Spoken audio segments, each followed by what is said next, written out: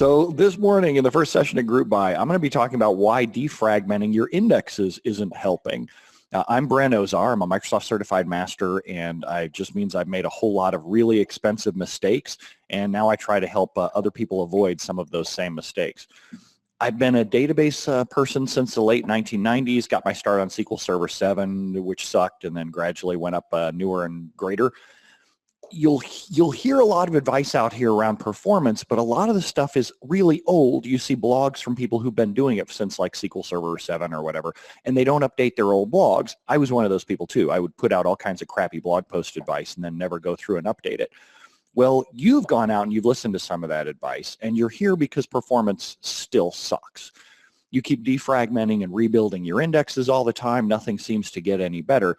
And what I'm going to define success as is a performance boost that end users will actually notice, that people wake up and will focus on. Now, if you go out and read those old SQL Server 7 type blogs, they'll tell you it's because fragmentation sucks and you need to rebuild your indexes every day. You need to do defrags and reorgs. I'm going to talk about why that fix doesn't make things better. It usually ends up making things worse. Eugene, do you want me to keep you on webcam or you want me to mute you?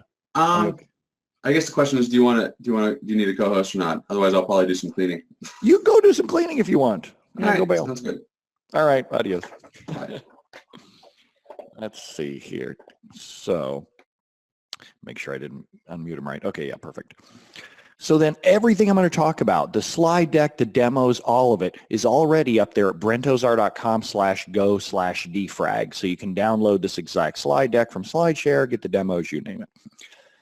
So let's start with data pages in SQL Server. Everything in SQL Server is in 8K data pages. Things start to get a little bit different when you start talking about hekaton or clustered column store indexes and the way that they store data. But here, let's talk about old school conventional row store indexes. Every 8K page is kind of like 8K pages in the phone book. If you take phone books, that thing that Grandpa used to keep on top of the refrigerator and call his old friends from the war, they never answered because they were all dead. The white pages up on top of the fridge, that's what we're going to be talking about in here at first for an example. Visualize a phone book organized by last name and then first name. Now, in my town, I have a whole bunch of folks like Mr. Hall through Mr. Loggins is on this page. Mr. Loggins through Messina is on this 8K page. And Mr. Messina through Mr. Oates are all on this 8K page. Now, my phone book is just like the white pages of the phone book that Grandpa had. The pages are packed in completely tightly. If you visualize the clustered index with the data on it, there's no space left for new rows. I've rebuilt this index. It's crammed in perfectly, 100% packed in, and all of the 8K pages are in order. In a data file, it's just a bunch of 8K pages all lined out in a row. So when I rebuild an index under best case scenario, all of these 8K pages are lined up in one row in the file. Page number 1, page number 2, page number 3, all in order. Now what happens when you have a phone book? Within a matter of minutes, someone's going to move in. In this case, Michael McDonald moves into my town. And I need to have space for him in the phone book, but there's no empty space on these white pages. It's not like I can just suddenly make a spot for Mr. McDonald. I'm going to have to do something by ripping one of these pages apart. I'm going to have to take the page that used to have the data where he needed to go, and I'm going to need to turn it into 2 different pages. I have this one 8K page here that has half of the residents from that page and another 8K page with the rest of the residents. Now, that new page isn't page 4097 and a half. That's not how this works. That new page has to be somewhere else in the database. If I go allocate a new page, Slack, as Handler says, Hall & Oates page eater. She's a page eater. So there's 2 kinds of fragmentation on this slide. One kind, internal fragmentation, is empty space on our 8K pages. The second kind of fragmentation is external fragmentation. Outside of our 8K pages, they are not in physical order on disk. So when people say that there's fragmentation, there's really two different kinds with two different causes, two different measurements, and two different fixes. The first thing is, whenever I have one of these page splits, whenever SQL Server has to put some of the data on one 8K page and some of the data on another 8K page, there's a way that you monitor that, a perfmon counter called page splits per second. When you want to track external fragmentation, pages that are not in order on disk, there's a DMV you can check, but in order to really see the details on that, it's going to need to read all of your 8K pages. That kind of sucks. There's an average fragmentation percent on that DMV. That shows external fragmentation. And to see internal fragmentation, there's a separate field that says average page space used in percent. Now, tracking these and getting a really accurate picture on them involves scanning all of the pages. So people don't like to do that. Instead, they think about tracking the first thing in the list. They think about tracking page splits per second. It's a perfmon counter, super low overhead. And when you see a lot of pages splitting, then that must mean that you're having problems, right? Not so fast. Let's start by creating a table. So I'm just going to create a table. It has a primary key on the ID field, identity field of our table, and I just have a field in there called groove. The groove is in the heart. So an ID field starts at 1 and goes up to a bajillion. And then before I put any data in it, I'm going to go check my page splits. You can monitor SQL Server's perfmon counters from inside SQL Server. You can run T-SQL queries and say things like, give me all of my perfmon counters where the counter name is like splits, doing the splits. Select star from perfmon counters where the counter name is like splits. This gives me page splits per second. My SQL Server has had 39. Wait, that's not right. This says page splits per second. This is actually cumulative. As you continue querying this over and over, as you're having page splits, that number goes up. The name is a little misleading. It says page splits per second, but what it really is page splits, period. If you want to track it per second, it's up to you, dear reader, to do some kind of differential over time and track this number over time. Now on my SQL Server here, I'm not doing anything else. So if that number goes up, and it just goes up when SQL Server starts up because SQL Server is doing its own thing. When that number goes up, I'm going to know that a page split happened. So if you're going to try and do this demo along at home and follow along with the scripts, hit F5 on this a few times just to make doggone sure that that something else isn't going up because you have other activity happening on the system. Here, I don't. So I'm going to put one row in the table. It's a brand new table. There's nothing else in it, and I put one single row in it. Then go back and check your page splits again, and they've gone up. Because there's a dirty secret that the page splits counter is hiding from you. Adding a new page is also called a page split. So if you've been monitoring page splits over time and going, oh my God, I've got so many of them, I must be having fragmentation problems. No, you could be just adding data to tables with an identity field, adding new data at the end of the table, allocating new pages, and SQL Server calls that a page split. I know people who look at that counter and say, in order to fix this, I'm going to fix fragmentation. I got to make sure that my pages are all in order and that there's empty space on the page so I can avoid doing these nasty page splits. So they start playing around with knobs and buttons, and they never go back to see if page splits a second actually went down. Even worse, what these yo-yos do is they go back and look at the page splits counter and go, oh my God, it's going up again. I'd better do more fixes. And they shuffle more settings around thinking that they're making things better when they're usually making things worse. So let's zoom out a little further and ask, is external fragmentation, having your pages out of order on disk, even bad? Is there even anything wrong with it? So let's think through this in terms of a pop quiz. First, will your maintenance tasks take longer if your pages are out of order? If I have a bunch of 8K pages on disk and they are kind of scattered around for the same object, are my backups going to take longer? What about my index and maintenance? What about CheckDB? What about queries reading from RAM? If I have data in RAM, is that going to be slower? What about queries reading from disk? If I seek in, if I need to do an index seek down on disk and read just one 8K page off of there, is that going to be slower depending on where the page is? What if I need to do a scan? If I need to scan the entire object start to finish? As you start to think through these, the answers are kind of surprising. If I have 1 million pages on disk, just to pick a random number, and I need to back them up, it doesn't matter if the objects inside are scrambled all over the place.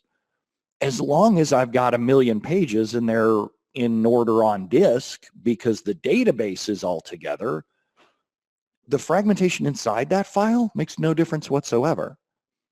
Same thing with doing index rebuilds and stats maintenance. It's just going to take a really long time when you're reading off of disk. Will queries reading from RAM be slower? Well, what does RAM stand for? Does it stand for sequential access memory? No, it stands for random access memory.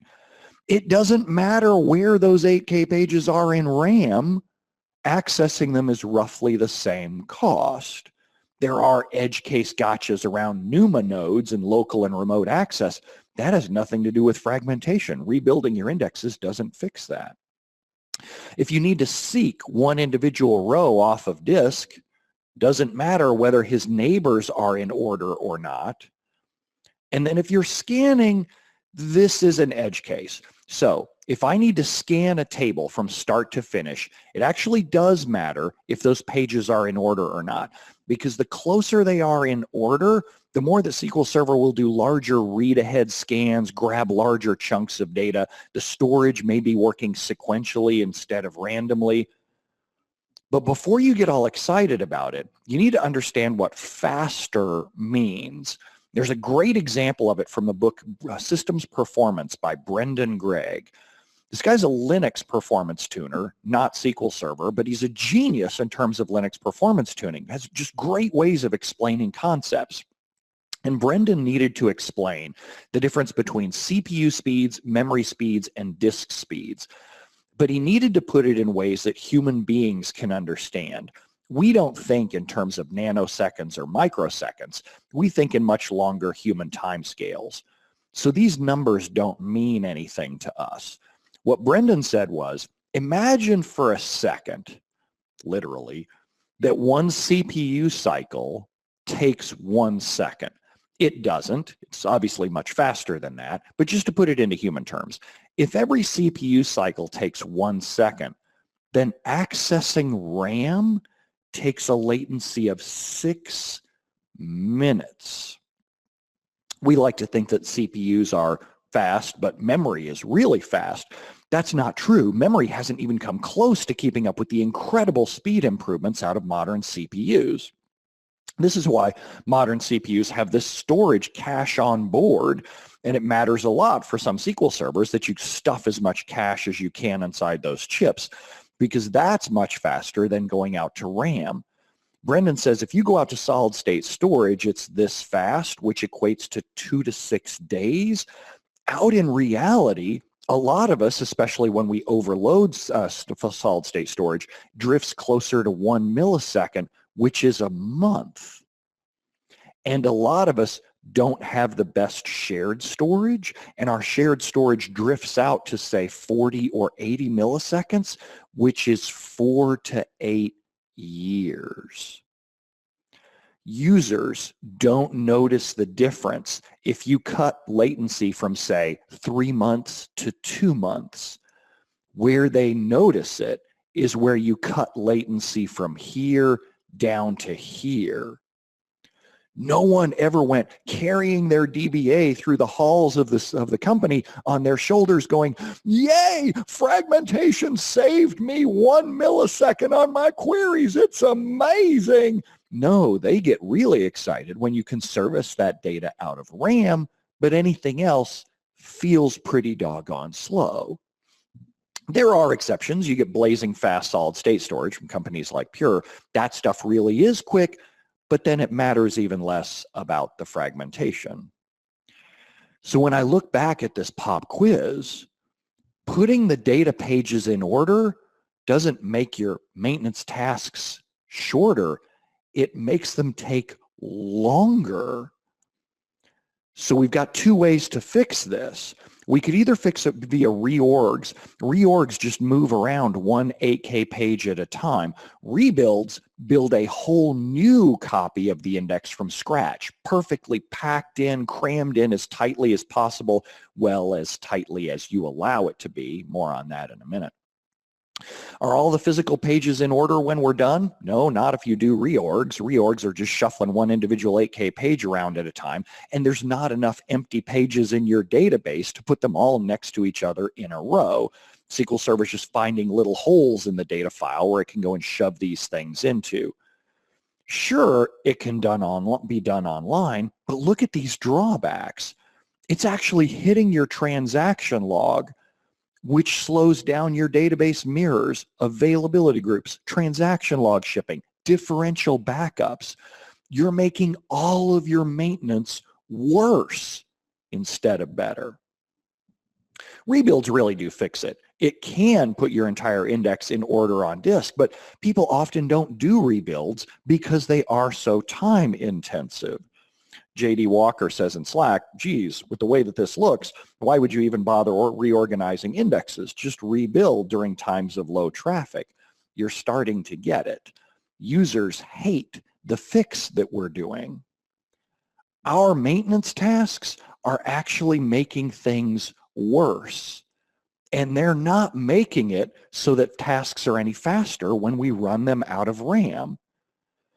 If you're going to fix it, and I'm not even sold that you should fix it, the way that you would fix it would be to rebuild these indexes periodically. You don't want to do it every day. You simply don't have outage windows for that. Instead, people start to think, well, there's another way that I could fix this.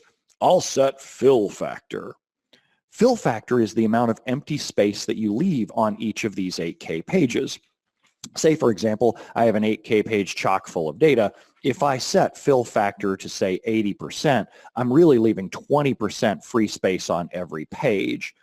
This sounds smart at first because this way, when Michael McDonald moves to your town, instead of this page being completely packed in, there's an empty space on the row just waiting for Michael McDonald to just go slide right in. The default for SQL Server fill factor is 100%. SQL Server by default crams the data in as tightly as it can when it goes and rebuilds indexes. Sometimes you'll see people set fill factor at 0%. That's exactly the same thing. SQL Server treats them both the same way. The concept of this, that these rocket surgeons back from SQL Server 7 will tell you, is go set fill factor to a lower number so that there's space available on the page when Michael McDonald moves in, you're not screwed. Let's think through that in a little bit more detail. Those of you who've been through my free class, How to Think Like the SQL Server Engine, will recognize this page. This is an 8K page from the users table at Stack Overflow. The users table clustered index is clustered on ID. Starts at 1 and goes up to a bajillion. It's an identity field. Every time that you insert a new row, guess where it goes? So now, what do you want for a fill factor on this page? How much empty space do you suppose that we should leave behind? Do I ever need empty space on this page for an insert? No. Unless someone goes and turns on set identity insert on and they purposely backfill some deleted rows. But unless they do that, I'm never going to insert rows on a previously full page. What about updates? Maybe one of these fields that's null, for example, maybe we would go back and populate. Or maybe fields that have a variable width, like display name or location, maybe someone had a tiny value before and they're going to update it to a wider value. So what's the right fill factor for this? I don't know. How could anyone know? There's no way you could know unless you A, measure page splits accurately and only count the bad page splits, and then change fill factor in tiny infinitesimal amounts, trying to find the exact sweet spot where you never have bad page splits to begin with. Newsflash, if you didn't even know about this before, there's a whole new world of index tuning things that you want to be focusing on long before you go and play around with that one. You talk about diminishing returns there. And then what about deletes? Do you ever need to leave empty space behind on the page for deletes? Well, in the case of Stack Overflow, you just don't delete rows. That's not allowed by that particular system. But maybe in your system, you do allow for deletes, and deletes actually leave space back for you for people doing updates. It's kind of like a healing type thing. So taking this clustered index, man, it's really hard to make a case for a fill factor of anything other than 100%. It's not going to help inserts. It's not going to help deletes. It's only going to help updates, and only in the case of variable fields or nullable fields. Let's take another index. So this is also from How to Think Like the Engine. This is a non-clustered index on last access date and ID. When you have an index on those fields, here's what it looks like on disk. You've got a bunch of last access dates sorted by last access date. Every time that someone logs in or touches a page on Stack Overflow, they go and flick the last updated date or last access date to be current. So how about this one? Do you want empty space on this page to account for new users? Whenever someone logs in for the very first time, what's their last access date? Is it in the past? Well, until Doc Brown logs in with his DeLorean, people aren't logging in the past. We don't need any empty space on past filled tables. What about updates? Every time that a user logs in, touches a page, what do we do with their row? We pick it up from wherever it was, and we move it all the way to the end of the table, the current section of the table. People don't log in the past, they log in the current. So I'm always picking up rows off of this object and moving them to the very end of the table. After half an hour even, this page is going to look like Swiss cheese. There's going to be so many holes in it. It's almost like SQL Server's purposely stuffing the fill factor on this table, and I do need to rebuild this periodically because some users never log in again. Roughly out of the 5 million users in the current data dump, 3 million of them have a reputation of only 1 point. They logged in once to ask a really crappy question with a throwaway account, probably posting their company's source code out there so that everyone could see it. And I probably need to rebuild this in order to keep it nice and compact to get it closer to 100% fill factor, because by default, I'm leaving all kinds of empty space on these pages. What's the right fill factor for this? Just like most objects, you want 100% fill factor. And when you choose to fill your pages with anything less than 100% of data, guess what you're really doing? You are purposely inflating the size of your object by leaving empty space behind on these 8K pages. You're causing internal fragmentation. When you set fill factor, you're the one who's slowing your SQL Server down. So let's look at the pop quiz again. What now if your pages have empty space? How are these things impacted? Crash Dan says, the main reason I rebuild and reorg my indexes is to appease vendors when they say they want to look at performance and they blame fragmentation. Yes, we'll talk about that in more detail as well. So now, will maintenance tasks take longer? Yes. If you purposely inflated your database, because by leaving, say, 20% empty space on every 8K page, you just made your table 20% bigger. So now your backups take 20% longer. Your index rebuilds 20% longer. Updating stats take 20% longer to scan those tables. CheckDB, I'd like my maintenance to take 20% longer, please. I'd like my RAM to be 20% smaller, please. Because every one of these 8K pages, it's the same unit, whether it's on disk or in RAM. When you leave 20% of your 8K pages free, guess what you're saying? I want 20% less RAM. Will reading stuff be any faster? No. Your queries scanning from disk will now take longer. You are purposely slowing your SQL Server down by setting fill factor, aka setting fragmentation. The problem is actually us. We've been the ones who've been monkeying around with this all along. By rebuilding and reorganizing our indexes daily, we're making our maintenance windows take longer. We're inflating the size of our backups. Users aren't any happy because it's not making any bigger of a difference. And by setting fill factor, we're making things even worse. I like to joke, and modern airplane pilots like to say that modern airplanes are so advanced, there's only two things in the cockpit. There's the pilot and there's a dog. It's the pilot's job to feed the dog. It's the dog's job to bite the pilot if he tries to touch any of the knobs or buttons. SQL Server needs a dog because we're in there, ooh, let me play with fill factor. Ooh, let me change this setting. Ooh, let me try this SP configure button. Ooh, I read this was faster once. Ooh, oh, this will make all kinds of difference. And we're flipping things in the cockpit left and right, when really my job as a consultant very often is to go, get your hands off that. Don't touch that. It's not for you. Something else. Go back to basics. We need a dog to keep us from touching all of these advanced options that do make sense in very, very specific scenarios, but they are not global across the board type stuff. So what are we going to do in order to make things faster? Because clearly we've been defragging and rebuilding our brains out and things aren't getting any better. Here's the short answer about what you're going to do when you get back to work. First, you're going to go set fill factor at the server level back to 100%.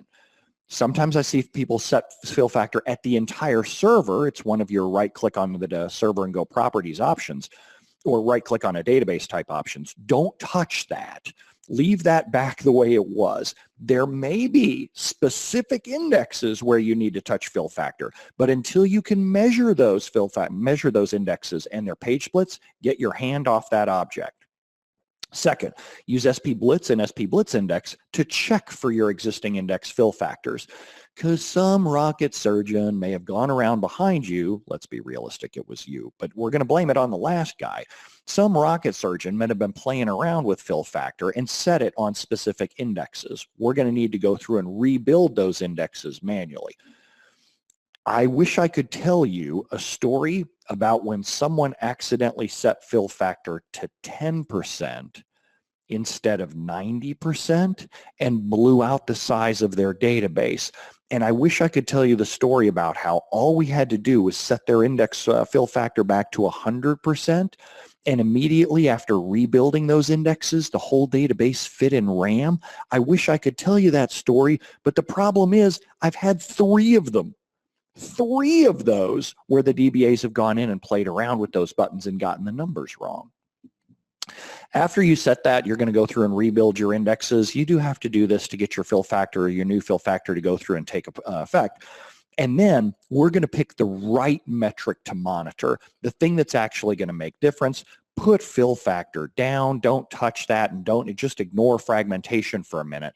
Let's focus on a much bigger metric that will actually make a difference in terms of your performance tuning. In order to explain it, I'm going to take the world's simplest SQL server. It's only got 1 core in it, and that's it. If you only have one CPU, I mean one core, not even one quad-core CPU, just one core, as a query starts running, it's going to churn along through. Say that I've got a 1 terabyte restaurants table, and I'm going to start churning through it, while other people pile in behind me.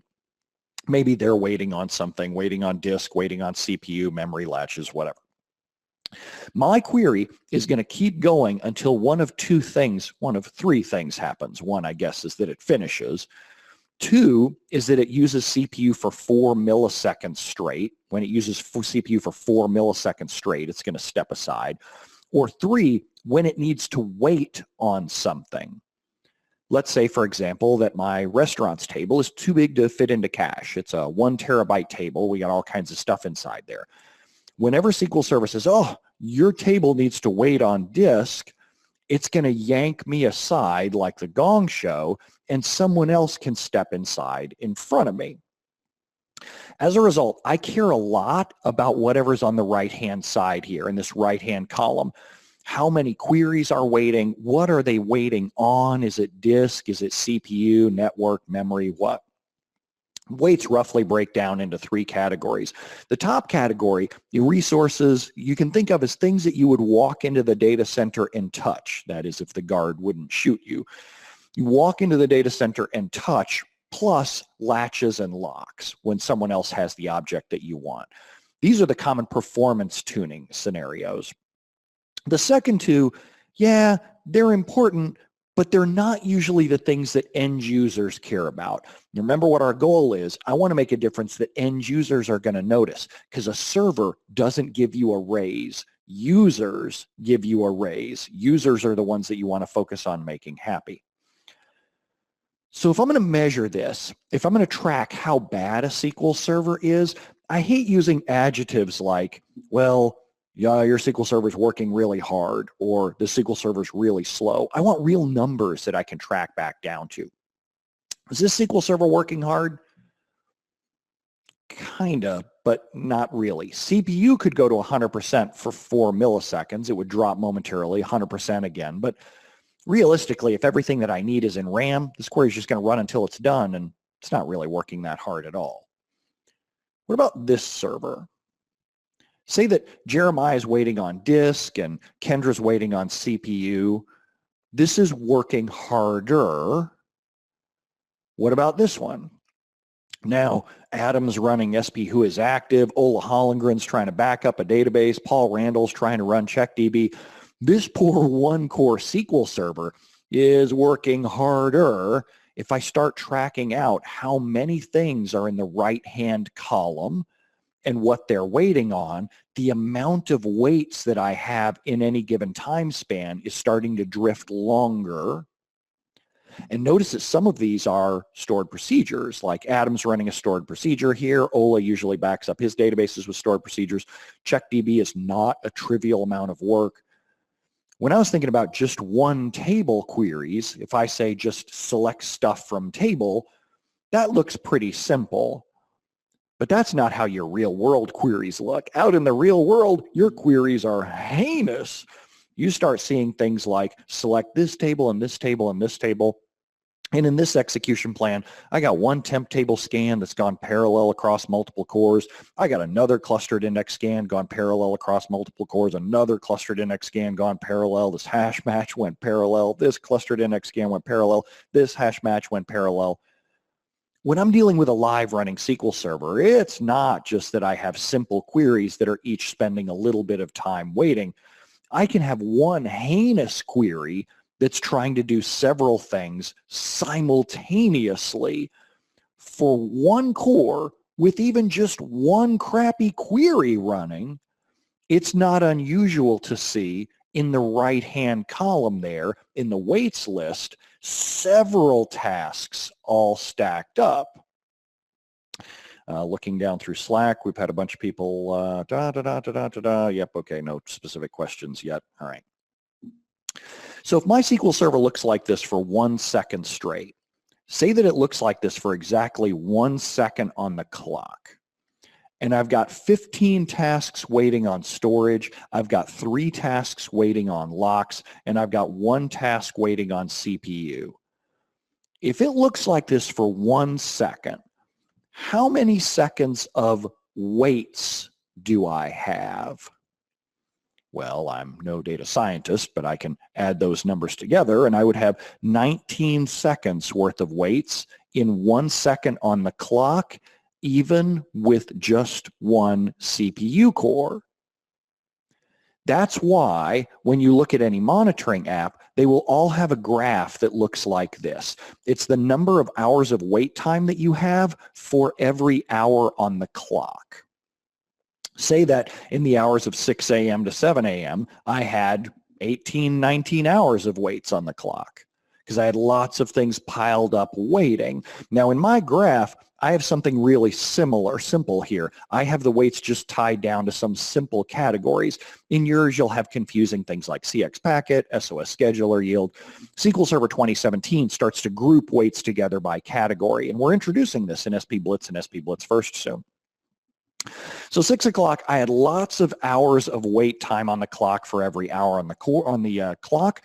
7 o'clock, things got a little bit worse. 8 o'clock, things got even worse. 9 o'clock, things are still pretty bad.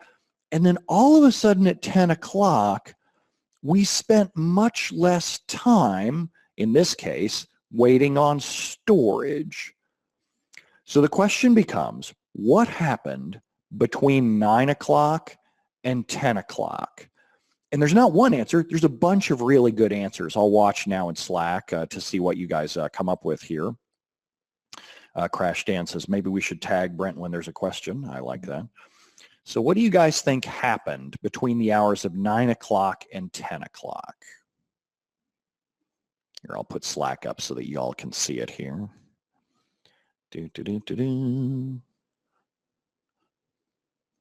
So now you can see what people are. And two, if y'all are watching online too, you can go to SQLslack.com. SQLslack.com will get you into the live chat that people can say. And T. Friedman has a good answer. He said that your maintenance tasks finished. What if you were running CheckDB index rebuilds? Because God knows y'all love index rebuilds. And all of a sudden you didn't have to wait on storage anymore. That's a very good answer as to why your waits would drop between 9 and 10. LJEB and SQL CWBY both say that there's less user activity. The users went to early lunch. Maybe I have salespeople. They decided to start drinking. It's 9 a.m. It's 10 a.m. time to go out for margaritas. S. Hannah says set single user. I like that a lot. Truncate tables would be another good answer there. Daniel says a data warehouse load completed. Maybe we had a bunch of scheduled reports that finished overnight.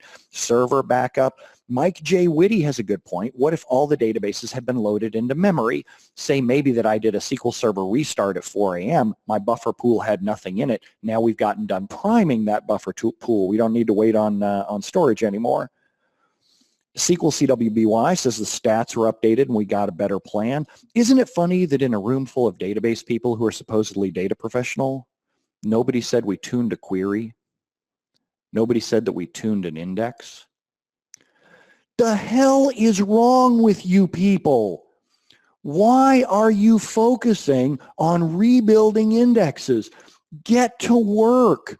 Tune queries, tune indexes. This is your job. This is your metric as a data professional.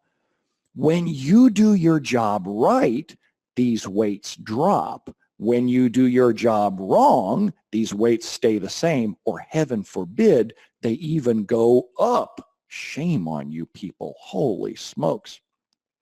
I like SQL CWBY says, I'm going to be out with the sales team drinking. I would certainly not blame you there. That's why I always like working in sales teams.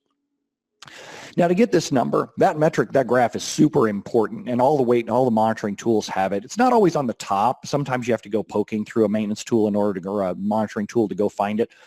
There's a DMV that you can go query, sysdmos wait stats, but this thing is pretty doggone near useless. All it does is give you a cumulative number since your SQL Server was restarted. Hello, page splits per second, same exact problem. So what you have to do is you have to go break this out over time. You have to go figure out what it looks like for business hours versus after hours, and I'll show you how to do that here in a minute. When this number goes up, it's typically correlated to how many requests your SQL Server is asked to do. The more queries that are running, backup tasks, maintenance jobs, BI reports, all those things y'all were talking about in the Slack channel, When that time goes up, it's often related to batch requests a second. The more work that's being done, the longer we're going to have to wait as these tasks take on. However, it could also go up if your end users are running crappier queries, or if someone drops the wrong index, or if the vendor changes the application and queries that used to do a key lookup or an index seek suddenly now have to do a key lookup. When this goes down, this is your success metric. This means you are doing things right. People, anytime I show a number, people always want to know, what's a good version of that number? What's a bad version of that number? When your server's wait time is 0 or near 0, the SQL Server just isn't working that hard. That doesn't mean that every query is fast. It just means that the server overall isn't really working that hard. If you only see 1 hour of waits for every 1 hour on the clock, SQL Server still not really working all that hard.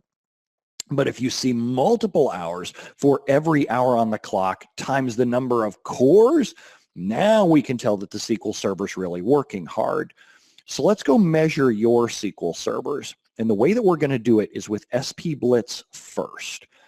SP Blitz first is our performance health check stored procedure, totally free. If you go to brentozar.com and click on tools up at the top, you can go grab our first responder kit. It has all kinds of stored procedures in it. The one I'm going to be focusing on right now is just SP Blitz first. And I'm going to show you how to use it to monitor or check your waits since your SQL Server started up. Let me go switch over and show my VM here. So let's look at this guy. So what I have here is I have SQL Server 2016. Everything that I'm going to show you works on all supported versions of SQL Server 2008 forward. If I run SP Blitz first, if I just run it by itself, it takes at least 5 seconds, because what it's doing is it's taking a snapshot, as Sean Connery would say. Hopefully Doug Lane is in here with his stored procedures. It takes a snapshot of your DMBs, including sysdmls wait stats, and then waits for 5 seconds, and then takes another snapshot and compares the difference to see what happened during that time. I won't make you put up with any more of my horrible Sean Connery. If you ever get the chance, Doug Lane does an amazing Sean Connery, just absolutely fantastic. Doug Lane is also the man who taught me that Sean Connery would pronounce this as shucks packet. It's not CX packet, it's shucks packet. So when I run SP Blitz first, what it tells you is things like, right now, no problems were found on my SQL Server, because there's nothing going on the SQL Server. It's just sitting around bored. But look at what it's got here in terms of a dashboard. It tells me that the number of batch requests per second I've got is 0, and my wait time per core per second is 0, because this SQL Server just isn't doing any kind of hard work. That's no fun. Let's go make our SQL Server do some hard work. I'm going to open up an app called SQL Query Stress. And this is an open source utility originally written by Adam Mechanic, the same Boston area MVP who wrote SP Who Is Active. If you Google for this name, SQL Query Stress, you'll find a blog post that I wrote on how to use this to do load testing. I'm going to use the Stack Overflow database here just because it's so much more fun than AdventureWorks. But I'm just going to load up the same scripts that I use in my SQL Query Stress article and have this thing go start hammering my SQL Server to put it under significant load. Immediately, whenever I show this to data professionals, they're also always like, tell me more about how this works. Just go read the blog post on SQL Query Stress, and I go into details about how this load tuning query works. But now let's go back over to SP Blitz first, and let's go run that again. Now, you'll notice it usually takes a little bit more than 5 seconds because my SQL Server is under horrific load. So it's not doing more work, it just takes more time to run the same kinds of analysis queries. SQL CWBY says, I owe Brent a beer the next time I'm in Chicago. That sounds good. I like that. JD Walker says, I'm astounded that something so useful and needed is actually free. I'll buy Brent all the beer he wants if he and I are ever in the same place.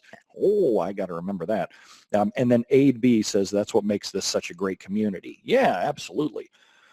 Now, this thing, holy smokes, it returns a lot more info you'll notice that there's URL columns. I'm going to hide those for now just to make this easier to see on the screen. If you ever have questions about what each one of these things means, you can just copy paste it into your web browser. I wish I could make a clickable link in SSMS go to a URL. It just doesn't work that way.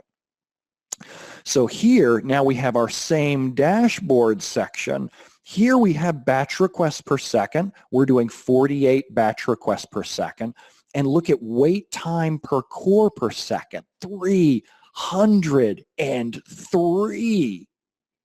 Think about that right-hand column in the PowerPoint where I talked about the number of things that are waiting in any given second. On any given core, I had 303 seconds of waits piled up in the right-hand side. Tell me, Brent, what were those waits? I'm glad you asked. If you see up here in the wait stats section, now I can click to see details on my top weights. I'm going to click on the top one, shucks packet.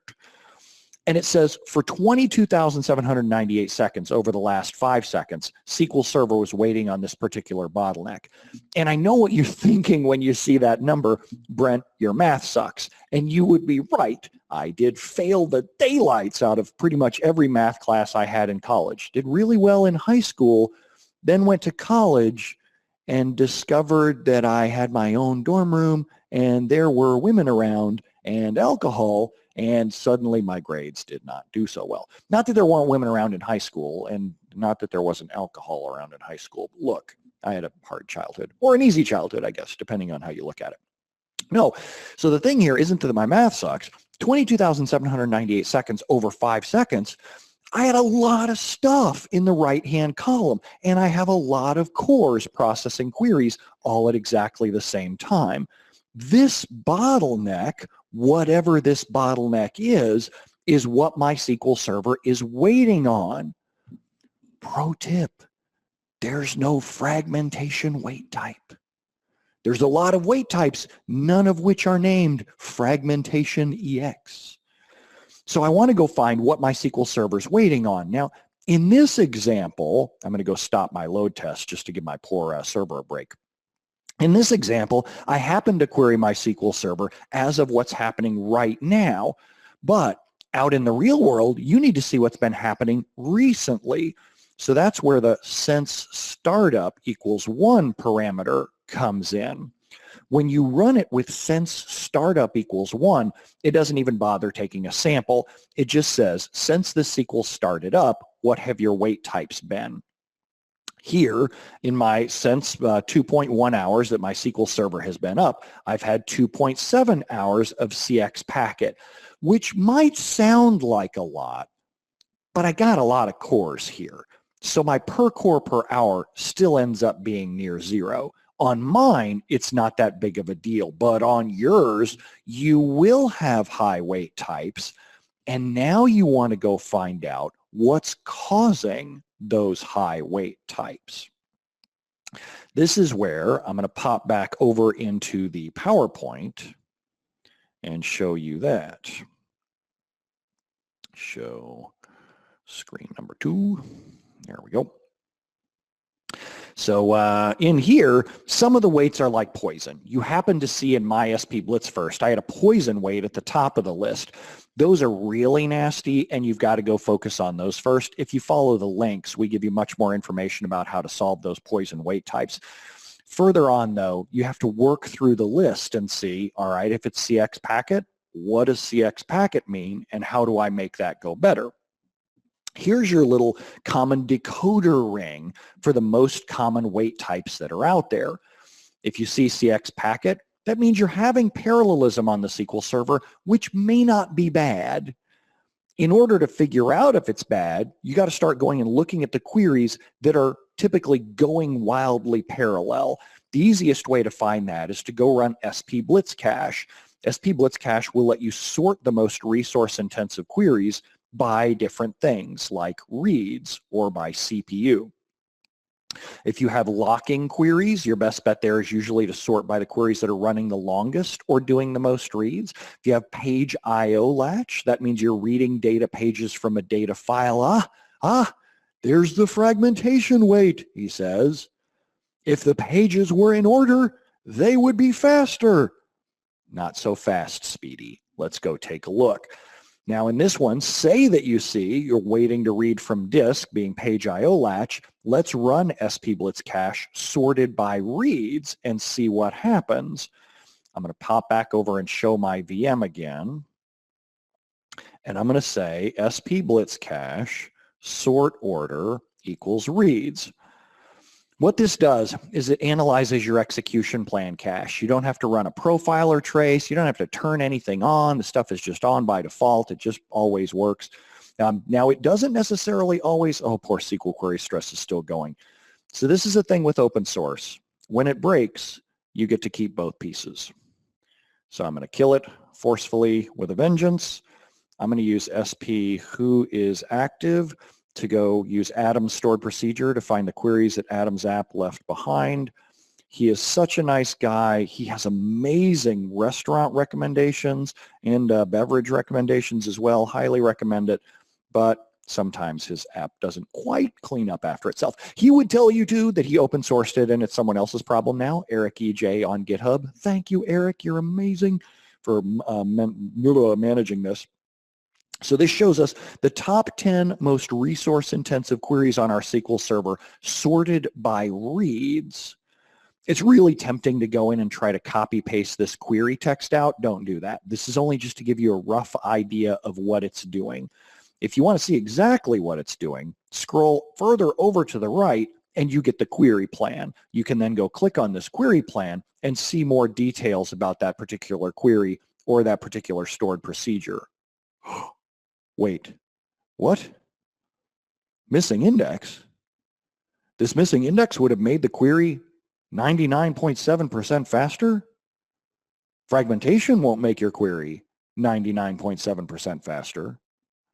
Oh, are you telling me that I've been doing the wrong thing? Yes, yes, for the love of God, yes. Stop shuffling deck chairs on the Titanic and start looking at what are the most resource-intensive queries by the weight type that you have, and look at what their problems are. SP Blitz Cache, Eric Darling on our team has done a phenomenal job of analyzing these execution plans and throwing warnings in here to say, you have a query that's got one missing index on it. You got another query that's got forced serialization, compilation timeouts. And if you don't understand what any of these means, he's got a decoder ring down at the bottom that map up each warning to giving you a whole web page telling you more about tuning that particular query. As Hannah says, when we do create that index for 99%, then we can rebuild it all the time. Yes, of course, then you can rebuild your brains out. So this is what really makes an amazing difference in terms of performance. It's not shuffling the pages. It's finding the queries that are causing your biggest weights and removing those. Now, I did tell you one thing that I skipped over. I said for SP Blitz First only tells you either what's happening on your SQL Server right now or since startup. But there's more that it can do to generate that little graph over time to show what your weights are over time. If you go search for SP Blitz First and you read the documentation, I know I'm making you read the documentation. What a horrible person I am. If you go to SP Blitz First and read the documentation, if you don't like documentation, you can see my foul little face there wearing one of my favorite t-shirts. If I scroll down further, there's got this section, storing SP Blitz First into a table. You can dump your weight stats, perfmon stats, file stats into a table. Do it every, say, 1 hour or 15 minutes. Dump it into a table, and then you can go back and graph your weight stats over time. You can even build that same graph that I'm dealing with over in my, my PowerPoint. So, you know, lots of people in Slack are like, oh my God, wait a minute. I'm starting to understand. I don't have to rebuild my indexes all the time. Or at least that's why it's not helping. When I show people that they can dump SP Blitz First into a table, one of the questions that folks always asks is, all right, well, how often should I do that and how much of an impact does it have? I wouldn't go more than every 5 minutes because you're not going to make decisions based on granularity that small. I'm fine with running it, say, every 15 minutes to a table, and that at least gives me a rough idea of what my weights look like at different times of day. The problem with sense startup, whenever I run SP Blitz first sense startup equals 1, I bet your weight types have things like backup IO and backup buffer, which means, of course, that they're happening overnight. You can't also separate out CheckDB's weights because it's causing its own heinous weights when that thing goes and runs. If you have questions about what any of the weight types mean, your best bet is to take a picture of this, the result set right here, what your weight stats are out of SP Blitz first sense startup, include all the way out to average milliseconds per weight, and then post that in Slack. I'm pointing over there as if you could see my Slack window. If you take a picture of that and post that over in Slack, I'll show this now. To join in the room and the discussion, go to SQLSlack.com. You can post your screenshot over in there, and some of the other fine folks will be able to answer some of that. And I'll go through it after my presentation finishes too. You'll notice there's lots of other cool notes just or things to say in there in Slack. There's also rooms for consulting if you want consulting help. This is for other consultants who want to give advice to each other about our first responder kit, how to get started presenting or speaking, DBA tools, the super popular PowerShell scripts, and even the high altitude SQL Server project where Drew Fergewell recently launched SQL Server in a balloon up in the air on I can't remember if it was an Intel Jewel, I think that thing was. So now back over to our presentation here, show screen 2. I'm going to be all over the place today. Let's look, I've been looking at Slack. Let's look at the GoToWebinar Q&A. Let's see here. People are doing all kinds of, could you tell me more about CX packet weights and how to optimize them?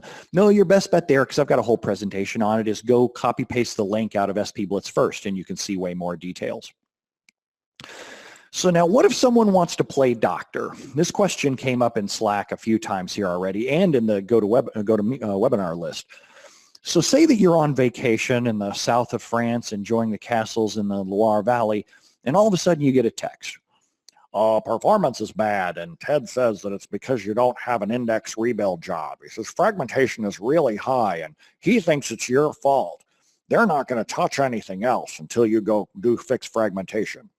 Here's how I react. So just to make sure, person on the other end of the line, you're guaranteeing me that rebuilding the indexes will fix that.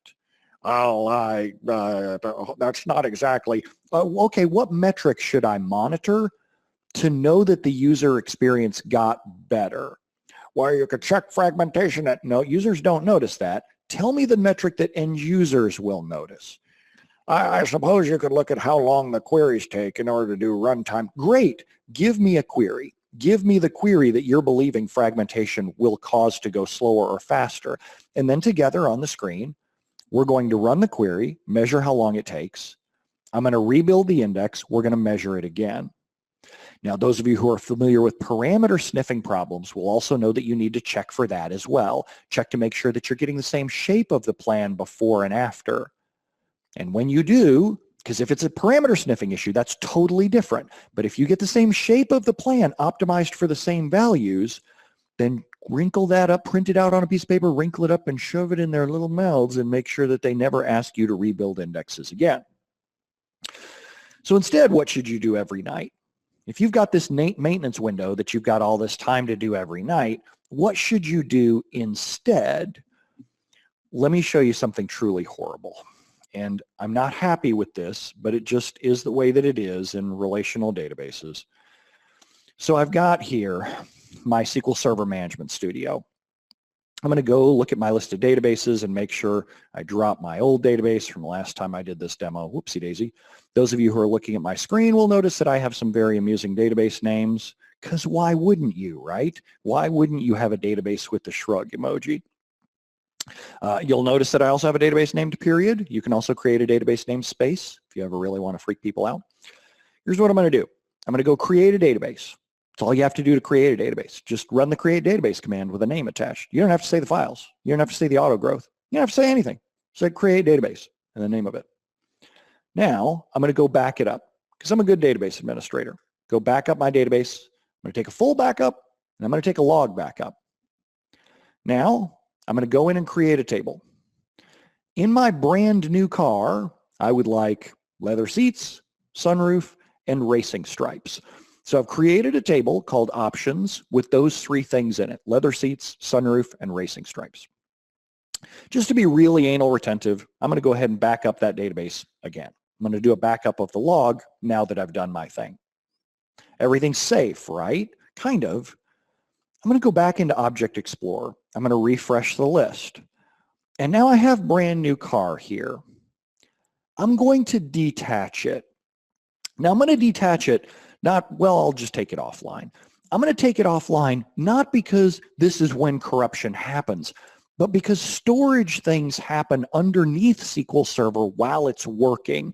And I need to have SQL Server look the other way for a second while I go play around inside that database. Let's go take this database offline. Drop all the active connections, go. Now I'm going to fire open something called a hex editor. The hex editor that I'm going to use is called XVI32. If you're going to try and do a demo like this at home, you need to run it as administrator, because this way you're going to be able to open the data and log files that you don't necessarily have permissions to grab normally. I'm going to run it as administrator, and then I'm just going to go open that data file for my brand new car. When you look in a hex editor at your data file, it looks like a bunch of gobbledygook. This hex editor is kind of like Notepad, but for binary files. And you might go, oh, this is some kind of weirdo proprietary format. I can't possibly imagine what kind of stuff's inside. Wait, here it says brand new car right there. That's plain text inside the database. Oh, it gets worse. Click search and find and type in sunroof, just because that's one of the options that I put in my brand new car. And there's the data in your database. Sometimes people think that data and log files are somehow magically encrypted, or that no one could see what's inside their database. Dude, if you don't encrypt it, it ain't encrypted. And people can go in and see things like social security numbers, credit card numbers, anything that you store in there in plain old text fields. So let's type over it. Instead of leather seats, I'm just going to type on the keyboard vinyl. And then instead of racing stripes, I'm going to say racing, I don't know, CD deck. And hit save. Close. And now over on my SQL Server, I'm going to right click and I'm going to bring this database back online. What this is simulating is that storage screwed something up underneath. Storage doesn't tell SQL Server when it screws something up underneath. Bits just rot on their own. Bring online, success. And if I refresh that database list, still fine. I still see my database. I still even see my tables list. SQL Server doesn't check for corruption whenever it goes and looks at a database. It can't. Your database is too large. There's too many things that it would have to go look at. In order for it to find corruption, I need to do something like select star from DBO options. I need to go read that 8K page that I built, and then wah, wah, wah, wah. The only way you find out if there's corruption is one of two things. SQL Server has to read that page for a user query, like someone has to go and run a select, or SQL Server has to read that page for a system type query, running a checkDB or a backup with checksum. If I just run a backup right now, will that detect the corruption? Let's go see. I'm going to go all the way back up to the top. Here's my backup database command. I'll go run it again. Backup database successfully processed. SQL Server will happily back up databases with corruption all day, every day, and not throw an error. Now, how do you recover? If you're like most database administrators out there, you're not running CheckDB all that often. And you're either deleting your older backups or deleting, like writing over the same names. Look what I just did. That data's gone. If I either deleted that backup or I overwrote on top of it, it is out of here. Should I be worried about corruption? Let's go back and look at the PowerPoint deck for a second. Select screen 2. So now we can see what people have been saying in Slack. Daniel says, here comes the hex editor. Woohoo! T. Friedman says, that's a little scary. SQL CWBY says, with that discussion, how I'm going to come back to those, like the fragmentation pieces at the end. I'll go through and do the corruption checks stuff first. So I showed you something awful there, but we need to think about, too, what causes corruption. People think, oh, it's just not going to happen on its own. If you go through any SAN vendor's firmware list, you have Dell, HP, EMC, Hitachi, whatever. Get your SAN admin to give you the most recent list of changes inside their firmware, and they give you a horrifying list of bugs, spectacular lists of bugs where the storage caused corruption and they went back and fixed it. Well, they know about those bugs, right? They're fixed only if you're applying the firmware updates. And if you're not, you're not. It's not just the storage either. SQL Server every now and then has logical or physical corruption bugs. Back here, data corruption occurs when you run an online index rebuild and it goes parallel. Over here, non-clustered index corruption may occur when you run an update statement with a no-lock hint. Well, first off, if you run an update with a no-lock, you kind of deserve exactly what you get. So when we go through and look at fixing this, if I had this as my real production SQL Server, I'm down. I'm downtown Julie Brown. This thing is out for the count. In real life, if you go to brentozar.com/go/corruption, I have a checklist of exactly what I would do in your shoes when I hit database corruption. Don't call me for corruption help because you're inevitably going to face it at Friday at 10 p.m. when I'm hammered on tequila at Frontera Grill here in Chicago. Say, for example, that you run into a typical timeline where you're doing backups, say, every single day. You're doing fulls every day, but you're only doing CheckDB once a week. You're doing log backups, say, every hour. And on Sunday at 10 a.m., one of your clustered indexes became corrupt. Storage doesn't tell you when this happens. Storage just corrupts itself, and no one knows about it until we read that page. Time keeps on moving along. Monday, we have a full backup. We have more log backups. And of course, by default, that full backup on Monday doesn't send any kind of alerts, just succeeds. Then, sometime on Monday, someone runs a select command, and they get that red error back. And they're like, oh, that's horrible. I don't know what's going on with that. I'm just going to close that, and I'll come back later, and hopefully it's fixed. Or if it's any kind of app problem, our apps rarely surface the entire message to the end users. End users just see some kind of error and go, well, guess that's not working today. I'll come back to that later. And time continues to roll forward. And in our shop, let's say that we only keep the last 24 hours of log backups online, and we have a job that goes through and deletes the older log backups. We still have our fulls, but we don't have the log backups anymore. Now, finally, sometime on Tuesday, we get a call from the end users. I'm having all these errors when I try to select from this table. Can you see what's going on? And you go in to run either CheckDB or run the query, and you're like, oh, sweet potato, we have corruption. Now, how much data are you going to lose?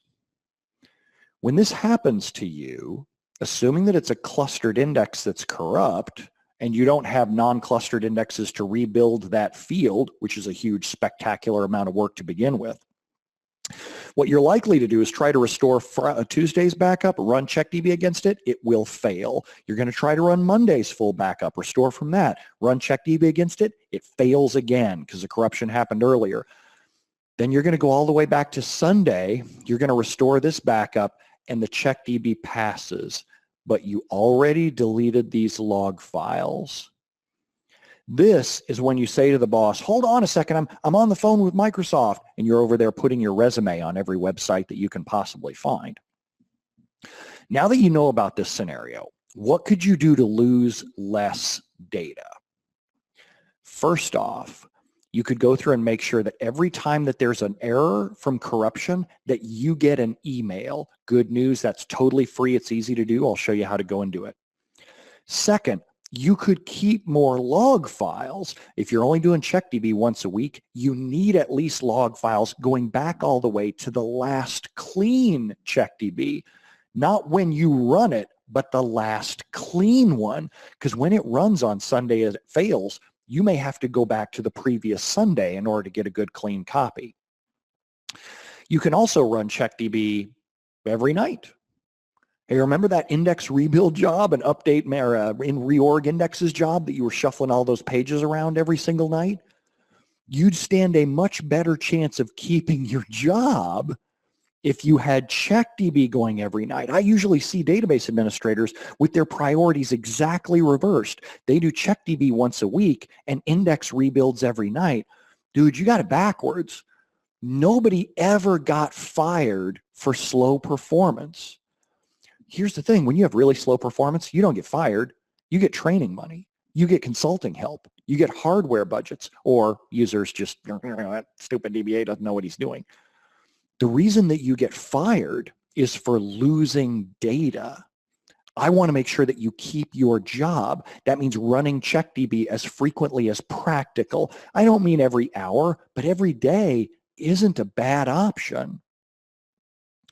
So, we've covered a lot of stuff inside this session. What you've learned here so far, first, and I say so far only not because I'm going to start another round, but because we'll switch to Q&A. External fragmentation means your 8K pages are out of order on disk. This only matters when you're reading from disk, and when you're reading from disk, your queries are slow anyway. It's not going to make any kind of significant difference, measurable difference to end users. End users don't notice a 5% difference in query performance. Internal fragmentation is empty space on pages. This matters a lot. And unfortunately, we're the ones who are screwing with it by playing with fill factor. We're the ones actually turning performance down by setting fill factor to say 80% or 70%. I don't have a problem with people doing index maintenance. If you want to reorg, rebuild your indexes, that's totally cool. It just doesn't solve most weight types. You've got to figure out what your top weight type is with SP Blitz first, and then focus on that weight type to make it go faster. On your own server, what you want to do is set the fill factor back to 100%, back to the default, then use SP Blitz index to check for which indexes have lower fill factors. Set them back to higher numbers, rebuild them so that all that good data is crammed into as little memory as you can possibly fit it in. Then monitor your wait time per hour going forward and use the scientific method. Pick one way that you're going to change that wait type and see if your change actually improves your waits. Everything that I talked about here, the entire slide deck, is all over at brentozar.com/go/defrag, including the scripts and the slides as well. And when you're in there, I would humbly suggest that's a pretty good place to go for advice. And don't read as much advice from blog posts that haven't been updated since SQL Server 7.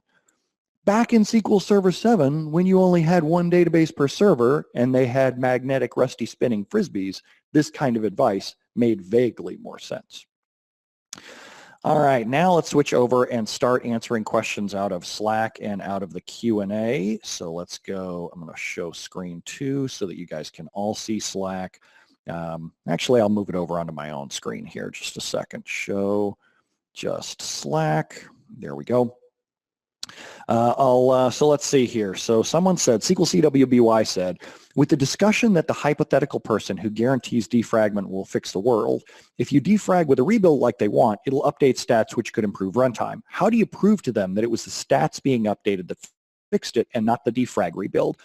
What you want to search for is slow in the app, fast in SSMS. I should put his name in here. SQL CWBY, slow in the app, fast in SSMS by Erland Summerskog. Now, for the people who are listening in as opposed to watching the live webcast, slow in the app, fast in SSMS is an epic post by Erland Summerskog. It seriously is like 50 pages long, so it's one of those that's kind of hard to digest. We also cover it in our training classes. We have like a 2-hour module on how to identify parameter sniffing, how to troubleshoot it, and how to fix it long term. It's not a small topic. It is a seriously big topic. And unfortunately, teaching it to other people, it's hard to do it to a vendor in, say, 15 minutes. You might say to them, here's this post by Erland Summerskog. Now, if you want me to walk you through it, I'd be glad to, but we're going to need to schedule like an hour in order to do it.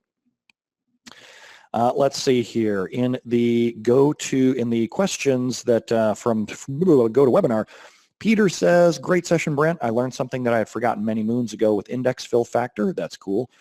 Justin says, what queries can fragment indexes the best? The best way to fragment indexes, if you wanted to do it on purpose for a demo, for example, would be to create a table with a bunch of nullable fields and then go back and update them to wider values. That'll cause SQL Server to have to fragment them like crazy. Raid says, sorry if you answered this already. I did, so you can watch the video for that. Vlad says, don't run reindexes, update stats. Yep, stats and parameter sniffing is a totally different issue. Let's see here. Mandy says, I've been told that page splits are expensive and using a non-100 fill factor, blah, blah, blah, blah. Is that not the case? Yep, that is not the case. We covered that thoroughly inside there. ALZDBA says, hey, I've got this random web page that returns a 404. Yep, that's probably makes sense to go email that in. You can guess that I'm not going to fix that live during a webcast. Josh Streed says, any suggestions on tuning queries generated by an app framework, let's say Entity Framework, where the code is almost unreadable and uses many variables? Yes, I don't know that it's public out. Richie Rump has this session. Richie Rump Entity, I'm Googling, framework. There might be, yes, oh, there is. Sweet, perfect. So I'm going to paste his URL into here. Josh Streed. There we go, boom. So Richie Rump has this session on Don't Be Afraid of Entity Framework, and it shows you lots of different ways to tune the code by Entity Framework, either by changing Entity Framework or by changing the way that you do stuff in the database. The presentation itself, the video isn't available online. He does it for SQL Saturdays every now and then, but the deck is on there. You can go download the deck. He also includes sample code so you can see how that stuff works. JD Walker says, thank you, Brent. Does he cover JPA as well? No, only Entity Framework. If you want to deal with different specific ORMs, you have to talk to people who use those ORMs. Elsimer says, if I'm using backup with checksum, will that surface the corruption issues? Yes. Now, it will find the corruption issues that I caused there during my own demo. It doesn't surface every corruption issue. If you have a logical corruption issue, for example, the things caused by the merge statement bug or the update with no lock, you still have to do good old-fashioned CheckDB in order to surface those. I just look at backup with checksum as like a free way to get kind of sort of CheckDB, but not really. Let's see here. SQL Gene says, is there a dumb question? There's never a dumb question, only dumb attendees, Gene. He says, so really dumb question. Is there a way to defrag a heap without adding a clustered index? Yes, you can say, and I'll say SQL Gene, alter table, blah, rebuild. That'll rebuild a heap. Alter table, whatever the table name is, and then rebuild. Just know that it will also have to touch all of the non-clustered indexes on that heap.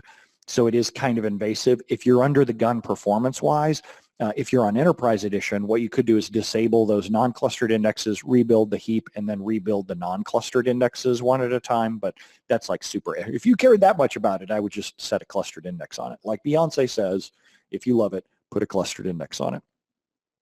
Aid says, when you hit that page with a query, will that page show in MSDB suspect pages? Let's show it to you so you guys can see. So over here, I did my select from the options table, jump down to that guy. So select star from options, and I get the corruption warning. Yes, I can do select star from MSDB DBO suspect, and my autocomplete actually works that time. Suspect pages is a system table where Microsoft or SQL Server tracks the number of pages that have been seen as corrupt. The oddball thing is to get these cleared out of there, you have to delete them. It's the only system table I've seen that where you're actually supposed to delete the rows out.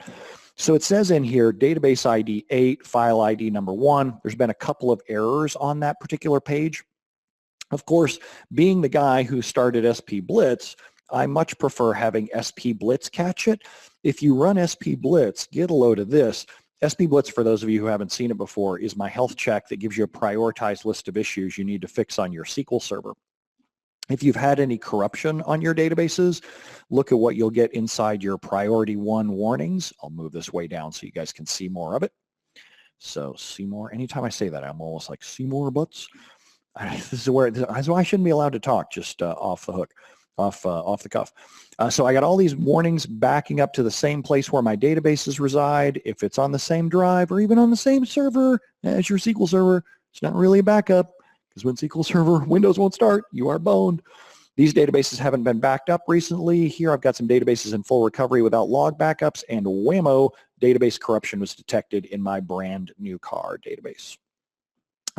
So this kind of corruption could also be fixed automatically by always-on availability groups and by database mirroring. However, of course, that doesn't mean that you're safe. You still want to fail out to get out of to your other SQL Server as quickly as possible, because, of course, that corruption is still happening. Just because you fix it once doesn't mean it's fixed for life. Donald says, were you going to show us how to set up an email alert for corruption? Kind of, yes. It was in these slides. If you run SP Blitz and you scroll down through all of the warnings, it's down further past priority 50, but if you keep going down even further, you get right down in here, warning, you don't have alerts configured, you don't have a fail-safe operator, you don't have any agent jobs set up with errors. So if you go in here, it says no alerts for corruption, and it's got a link. We've also got more explanations there. I try to give you guys links for everything so that if you copy paste that and then you go paste it into your web browser, see what it says here, Blitz result, no agent alerts configured. To fix the problem, here's an exact script that you can go copy paste into production, because I know you people, that's exactly what you do with all of my scripts, is you copy paste them and go live in production. Oh, you can't see that. Let me go show it. I should just show you my main screen. Here we go. It's going to be big. I apologize. It is what it is. I have a large monitor. It's, size doesn't matter. I use it incompetently. No one is ever satisfied with the work that I do on my monitor. So to fix the problem, here's what you do. You go through, and what I did was I copy pasted the results out of SP Blitz. And then there you go. Here's the exact scripts in order to set up those alerts. We set up alerts for severity 16 through whatever it is, like 25. Plus specifically ones for errors 823, 824, and 825. You could argue that there's some redundancy in there, but I'm a database administrator. I'm all about redundancy. Let's see here. AD says, thanks. SP Blitz equals a win. Let's also go back over to GoToWebinar and see what questions we have out of there. Peter says, it's the vogue in some database environments to only use identity columns as primary keys. Would you say that except for edge case scenarios, fill factor is now best left untouched? Yeah, you missed about 15 minutes there. Go back through and this is what I get for not reading the questions first. Yeah, go back and watch the video. Watch the video. Peter also says, Peter has a good question too. Peter, that last one was so crappy. The good question was, do you have to read the database? Do you have to shrink the database to recover disk space freed up by rebuilding your index? Well, this is kind of tricky. Say that your fill factor used to be 80% and now you've rebuilt it with 100%. You're going to have some empty space in the data file, but that doesn't mean it's a lot. And in most cases, most databases are growing anyway. I would argue that you shouldn't shrink the database to reclaim that space unless it's, say, half of the size of the database. If 50% of your database is now suddenly empty, then it probably makes sense to collapse it back down so that you get faster backup times, faster restore times when you go restore this thing into development. But if it's less than that, if it's say 10, 20, 30%, unless you're on a multi-terabyte database, it's hard to argue for shrinking. Because here's the thing, when your database continues to grow back out, make sure you have instant file initialization turned on. But even with that, as you grow back out, you may be growing out in a fragmented way because you may have lots of little databases that are all growing at different times. Then you end up with on-disk fragmentation that's pretty hard to cure. UCSB says, why would empty space be 50% after a rebuild? Go back to that story we had where someone accidentally set fill factor to 10% instead of 100%. In one of those cases, they had a 2 terabyte database that ended up going down under 250 gigs after we did the rebuilds to 100%. We won't name names. Actually, I've forgotten the names. SQL CWBY says, Brent, what about Windows fragmentation? Should I automatically run that on the table on a schedule, or should I even bother doing it? Windows won't move around a SQL Server data and log file that's actively in use, so the only way that you'd be able to defragment those would be to either shut SQL Server down, who on earth is going to do that, or use some kind of third-party tool that claims to move files around even while they're in action.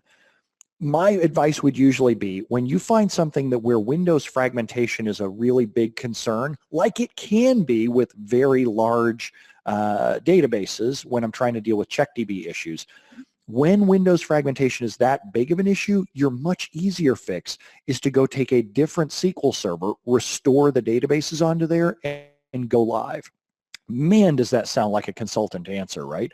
Just build another SQL server, restore your databases over there. How hard can it be? But think about it as just something that you're going to note later for when you go to do a failover. When you go to rebuild somewhere else, you're going to move to SQL Server 2016 or 2017. As you restore the databases over onto there, you're fixing Windows fragmentation anyway. SP Blitz will warn you when your auto growth sizes are too small, and then that's the thing that's really causing Windows fragmentation. Aid says, so slightly off topic, but we once found corruption by taking a backup. This was log corruption as opposed to data corruption. No trace of this in suspect pages. Any advice for identifying log corruption? The times when I see that, it's usually as soon as you go to write the pages, people pop out with a log corruption warning. It's just a matter of monitoring those alerts that we set up for alerts for in that SP Blitz script. That'll catch any kind of log file corruption, which would also surface when you're doing log backups. I'm going to say this, and it's going to sound weird. The fix that people will tell you is to shrink the log file down to nothing and then regrow it back out. Now, technically, that fixes the corruption, but whatever corrupted that disk will happen again. So whether you see any kind of corruption, system pages in a data file, data pages in a data file, or any pages in a log file, it's like Eddie Murphy said back in the 80s, get out, when he was talking about people in a horror movie. Whenever you hear that, there's one kind of people who go, get out. Sorry, gotta go, I'm out of here. There's another kind of people who are like, I should investigate and see what the root cause is. Do that root cause analysis on your own time. Get and fail that SQL Server out of there as fast as you can, because that corruption can get worse. All right. Peter says, cheers for the 2 answers. Good to laugh on a Friday here. It's the UK. He says, man, my typing is bad today. Well, yeah. Oh, so many UK jokes. See, I would say I'm a dumb American. You could be typing things correctly. I just assume that your spelling is correct, and me as a dumb American that my spelling is wrong. Aid says, thanks, you're welcome. Well, thanks everybody for hanging out with us in the first session at GroupBy. That draws this session to a close.